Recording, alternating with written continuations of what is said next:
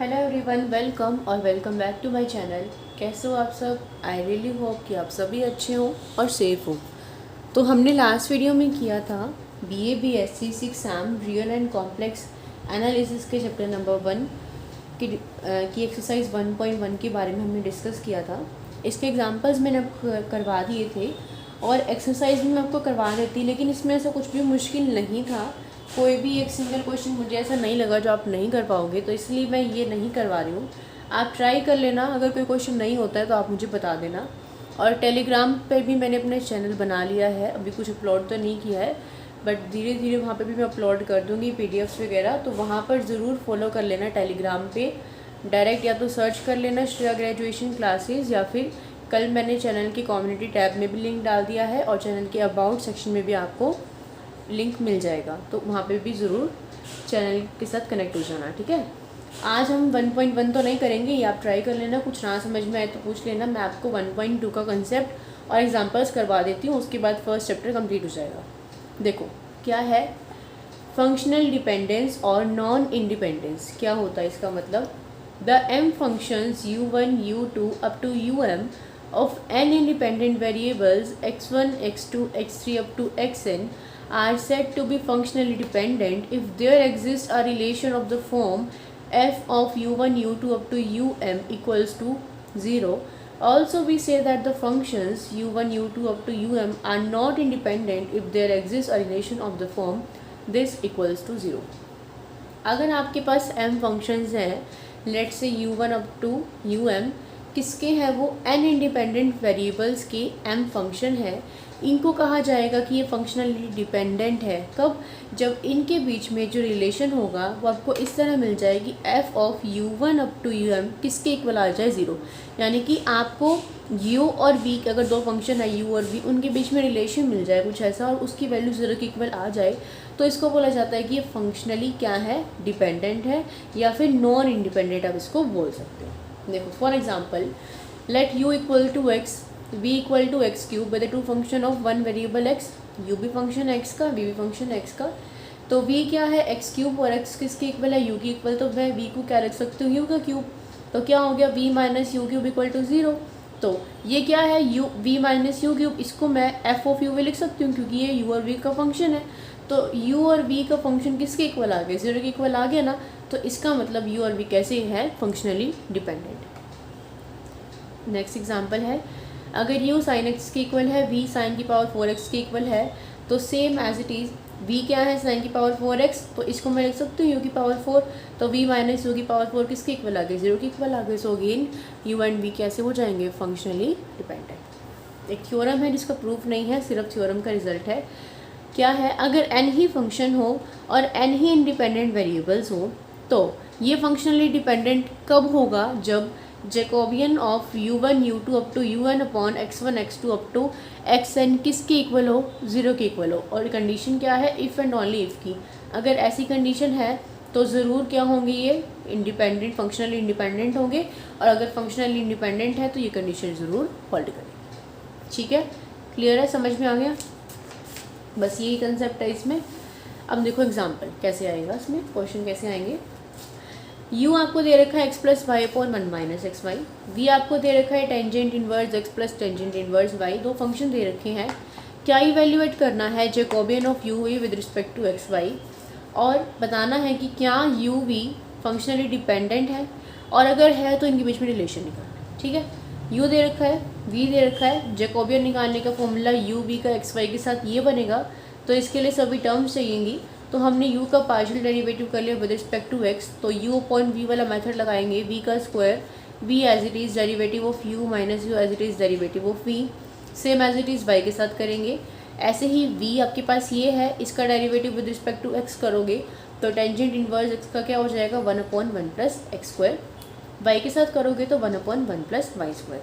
सारी वैल्यूज़ में पुट कर दी, मल्टीप्लिकेशन करने के बाद किसके इक्वल आ गया? 0 के इक्वल आ गया। सो ये क्या बन गया? आपका फंक्शन बन गया, और ये किसके इक्वल आ गया? 0 के इक्वल आ गया। तो इसका मतलब u और v क्या हो गए? फंक्शनली डिपेंडेंट हो गए। उन्होंने कहा अगर फंक्शनली डिपेंडेंट है तो इनके बीच में रिलेशन भी निकालो। तो ठीक है, रिलेशन भी निकाल देते हैं। देखो v किसके इक्वल था? Tangent inverse x plus tangent inverse y के इक्वल था। हमें v और u में रिलेशन निकालना है। तो tangent inverse A plus B का फॉर्मूला होता है ना, ये tangent inverse x plus y upon 1 minus x y बन जाएगा। अब देखो x plus y upon 1 minus x y यहाँ से किसके इक्वल था, यू के इक्वल था, तो इसको मैं क्या लिख सकती हूँ, टेंजेंट इन्वर्स यू। तो वी किसके इक्वल आ गया, टेंजेंट इन्वर्स यू के इक्वल आ गया। तो यू और वी में क्या आ गया, रिलेशन आ गया ना। तो हमें ये निकालना था, बताना था कि फंक्शनली डिपेंडेंट है, अगर है तो रिलेशन, ठीक है। उसके बाद देखो यू ये दे रखा है, वी ये दे रखा है, डब्ल्यू ये दे रखा है, इस बार 3 दे रखे हैं। शो करना है कि ये डिपेंडेंट है और इनके बीच में रिलेशन निकालना है। तो सबसे पहले हम क्या निकालेंगे, जैकोबियन निकालेंगे। जैकोबियन निकालने का ही फॉर्मूला होता है। तो इसके लिए कर यू बाई कर एक्स क्या आएगा 2x, वाई क्या आएगा 2y, z क्या आएगा 2z। इसमें निकालोगे विद रिस्पेक्ट टू x तो क्या आएगा y minus z, with respect to y क्या आएगा x माइनस जेड, और विद रिस्पेक्ट टू z क्या आएगा x माइनस वाई, ठीक है। w की रिस्पेक्ट में निकालोगे तो 1, y की रिस्पेक्ट में 1 और z की रिस्पेक्ट में -1। सारी वैल्यूज पुट कर दी, यहाँ तक वैल्यू पुट कर दी। ये देखो 2 2 2, तो थ्रू आउट रो 1 में से क्या कॉमन ले लिया 2, बना दिया। अब इसको ऐसे तो हम सॉल्व कर नहीं सकते, क्या करना पड़ेगा, 2 कॉलम को 0 बनाना पड़ेगा। तो ये 1 है, ये 1 है और ये -1 है, इसको 0 बना सकती हूँ मैं 1 -1 करके, है ना। तो C1 पे मैं क्या ऑपरेट करूँ, C1 माइनस C2। तो C1 माइनस C2 करोगे तो क्या बन जाएगा x माइनस वाई, ये y minus Z minus x plus Z, तो z से z कट जाएगा, y माइनस एक्स, 1 - 1 इज 0, ठीक है। C2 पे क्या ऑपरेट करें, C2 पे C2 प्लस C3 कर दो, C2 पे C2 प्लस C3 कर दो, क्योंकि 1 - 1 0 बन जाएगा। तो y plus Z, x minus Z minus X minus Y cut जाएगा, minus Y minus Z, 1 plus ये 1 - 1 0, C3 एज इट इज रख दिया। अब इसके थ्रू इसको एक्सपेंड कर दो, तो इसके थ्रू एक्सपेंड करोगे तो क्या आएगा, देखो इसमें क्या कर रखा है, taking out x minus y common from C1 and y plus z from C2, C1 and C2 are identical. देखो इन्होंने क्या कर रखा है, इसको आइडेंटिकल बनाने के लिए ना C1 में से, तो इस कॉलम देखो ये क्या है x माइनस वाई है, ये क्या है y माइनस एक्स है। तो अगर हम माइनस कॉमन ले लें तो ये सेम बन जाएगा ना। तो मैंने क्या किया, C1 में से ना x माइनस वाई को बाहर ले लिया, तो उससे क्या होगा, x माइनस वाई में से x माइनस वाई बाहर आया तो यहाँ 1 बचेगा, y माइनस एक्स में से x माइनस वाई बाहर आएगा तो यहाँ पे क्या बचेगा, -1 बचेगा, 0 तो 0 रहेगा। यहाँ देखो ये y प्लस जेड है, ये माइनस वाई माइनस जेड है, इसमें से मैंने y प्लस जेड को कॉमन ले लिया, तो यहाँ तो 1 बचा, यहाँ क्या बचा, -1 बचा और 0 एज इट इज़। तो अब हम इसको एक्सपेंड कर सकते हैं। देखो ये तो है ही एज इट इज़, ये है, इसकी तरफ एक्सपेंड करोगे, इसकी तरफ एक्सपेंड करोगे क्या बनेगा, -1 और माइनस बीच में आएगा और ये क्या बनेगा, -1। तो -1 + 1 क्या बन जाएगा 0। जब आप इसके कॉलम 3 के रो 3 के थ्रू इसको एक्सपेंड करोगे तो ये इसका आंसर क्या आ जाएगा 0। तो 0 इंटू समथिंग इज़ 0। तो इसको सॉल्व करने के बाद क्या मिल गया आपको, 0 मिल गया। तो इसकी वैल्यू 0 के इक्वल आ गई, it means this are functionally dependent. उसके बाद हमें इसके बीच में रिलेशन निकालना था। तो u की वैल्यू ये है, v की वैल्यू ये है और w की वैल्यू ये है। तो देखो w का अगर हमने स्क्वायर कर दिया, देखिए w ये था x plus y minus z, इसका मैंने क्या कर दिया, स्क्वायर कर दिया। तो a माइनस बी का होल स्क्वायर लगा दिया, a स्क्वायर, इसको a मान लो, इसको b मान लो, a square plus B square minus 2ab का लगा दिया, ठीक है। तो x square plus y square plus z square बन गया, प्लस ये बन गया x square plus y square plus z square किसके इक्वल था, यू के इक्वल था, और ये वाली टर्म किसके इक्वल थी, वी की इक्वल थी। तो यहाँ वैल्यूज़ को पुट कर दिया, तो डब्ल्यू किसकी फॉर्म में आ गया, यू और वी दोनों की फॉर्म में आ गया। तो इट मीन्स ये इसके बीच में क्या है, रिलेशन। क्लियर है, समझ में आ गया, कुछ ना समझ में आया हो तो पूछ लीजिए। नेक्स्ट देखो example number 3, prove that the functions u is equals to sine inverse x plus sine inverse y, v equals to this are functionally dependent, also find the relation. तो u इसके इक्वल है, v इसके equal है। तो same वही बात, u b का जो कॉमन निकालना है x y के साथ, तो ये वैल्यू होगी। उसके लिए u का derivative with respect to x निकालो। तो साइन इनवर्स x का ये फॉर्मूला आपको लर्न होनी चाहिए, क्या होता है 1/1 माइनस एक्स स्क्वायर। y के लिए निकालोगे तो 1/1 माइनस वाई स्क्वायर हो जाएगा। v किसके इक्वल है, v आपका इसके इक्वल है। तो x के रिस्पेक्ट में निकालोगे तो 1 इंटू दिस हो जाएगा, माइनस इसका जब x के रिस्पेक्ट में निकालोगे तो ये 1/2 पावर आगे आ जाती है, इसकी एक पावर कम हो जाती है, तो ये नीचे आ जाएगा, यानी कि 1/2 ऑफ दिस बन जाएगा ये, ठीक है। और इसका डेरिवेटिव करोगे माइनस एक्स स्क्वायर का, तो -2x हो जाएगा, माइनस से माइनस कट जाएगा, 2 से 2 कट जाएगा, तो करली v बाई करली एक्स आपका ये आएगा, ठीक है। ऐसे ही y के रिस्पेक्ट में करोगे तो ये आएगा। यहाँ पे क्या किया आपने, ये चारों वैल्यूज़ पुट कर दी, इन दोनों की मल्टीप्लिकेशन करोगे तो देखो जब इस टर्म की मल्टीप्लिकेशन इस टर्म के साथ करोगे तो ये टर्म कट जाएगी, यहाँ पे आएगी ना ये टर्म, तो क्या बचेगा 1 माइनस ये वाली टर्म आएगी, फिर बीच में क्या आता है माइनस आता है। इन दोनों टर्म की मल्टीप्लिकेशन करोगे तो जब इसके साथ करोगे मल्टीप्लाई तो क्या बचेगा 1 बचेगा, और माइनस इस ये वाली टर्म के साथ ये वाली टर्म ऐसे आ जाएगी। समझ में आया? क्योंकि आप मल्टीप्लाई कर रहे हो ना, मल्टीप्लाई करने का मतलब इस चीज़ को यहाँ लिखोगे 1 माइनस वाई स्क्वायर, तो ये कट जाएगा ना, और इसके साथ लिखोगे तो ये आपको यहाँ पे आ ही गया। ठीक है, समझ में आ गया? अब देखो तो 1 minus x y upon this term -1 plus minus minus plus x y upon this term, ये पॉजिटिव ये नेगेटिव ये पॉजिटिव, कट जाएगा सारा, किसके इक्वल आ जाएगा 0 के इक्वल आ जाएगा। तो ये कैसे हो गए फंक्शनली डिपेंडेंट। तो फिर से हमें इसके बीच में रिलेशन निकालना पड़ेगा। तो रिलेशन निकालने के लिए हमने क्या किया, साइन इनवर्स एक्स को अल्फा मान लिया और साइन इनवर्स वाई को बीटा मान लिया। ठीक है, तो एक्स किसके इक्वल हो गया साइन अल्फा की इक्वल, और यहाँ से वाई किसके इक्वल हो गया साइन बीटा की इक्वल हो गया। वी किसके इक्वल था एक्स इंटू 1 माइनस वाई का स्क्वायर का रूट प्लस वाई इंटू इसके इक्वल था। एक्स किसके इक्वल आ गया साइन अल्फा की इक्वल आ गया 1 माइनस वाई किसके इक्वल आ गया साइन बीटा के इक्वल आ गया, तो वाई स्क्वायर क्या हो जाएगा sine square beta, plus y किसके इक्वल है साइन बीटा के इक्वल है 1 माइनस एक्स किसके इक्वल है साइन अल्फा, तो उसका स्क्वायर हो जाएगा। तो ये क्या बन गया sine alpha under root of 1 minus sine square beta plus sine beta और under root of 1 minus sine square beta. आपको पता है sine square beta plus cos square beta equal to 1 होता है, तो अगर ये 1 माइनस साइन स्क्वायर बीटा है तो इसकी वैल्यू क्या आएगी कॉस स्क्वायर बीटा आएगी, और कॉस स्क्वायर बीटा से रूट कैंसिल हो जाएगा, तो सिर्फ क्या बचेगा यहाँ पे, देखो यहाँ पे क्या आएगा कॉस स्क्वायर बीटा और उसका आएगा रूट, ये कैंसिल हो जाएगा। यहाँ पे क्या आएगा कॉस स्क्वायर अल्फा और उसका आएगा रूट, तो ये कैंसिल हो जाएगा, यानी कि sine alpha cos beta plus sine beta cos alpha, ये आपका आएगा। तो ये sine A cos B plus cos से साइन बी का फॉर्मूला बन गया, तो क्या आ गया sine of A plus B. हमें क्या निकालना है, हमें यू और वी डब्ल्यू में रिलेशन निकालना है ना, वी और यू में, इसमें 2 है। तो अब इसको ये अल्फ़ा और बीटा की टर्म्स में आ गया, तो हमने जो रिप्लेसमेंट करी थी अल्फ़ा को जो ये पुट किया था और बीटा को ये पुट किया था, दोबारा से रिप्लेस कर दो। अल्फ़ा क्या था साइन इनवर्स एक्स, बीटा क्या था साइन इनवर्स वाई, तो यहाँ पे अल्फ़ा की जगह तो साइन इनवर्स एक्स पुट कर दो, बीटा की जगह साइन इनवर्स वाई पुट कर दो। Sine inverse x plus sine inverse y देखो किसके इक्वल था यू के इक्वल था, यहाँ क्या आ गया यू। तो हमने वी को लेके चले थे हम, और वी को हमने किसके इक्वल दिखा दिया साइन यू के इक्वल दिखा दिया, तो v equal to sine U आ गया। ये तो हमें दिखाना था कि इनके बीच में क्या है रिलेशन है।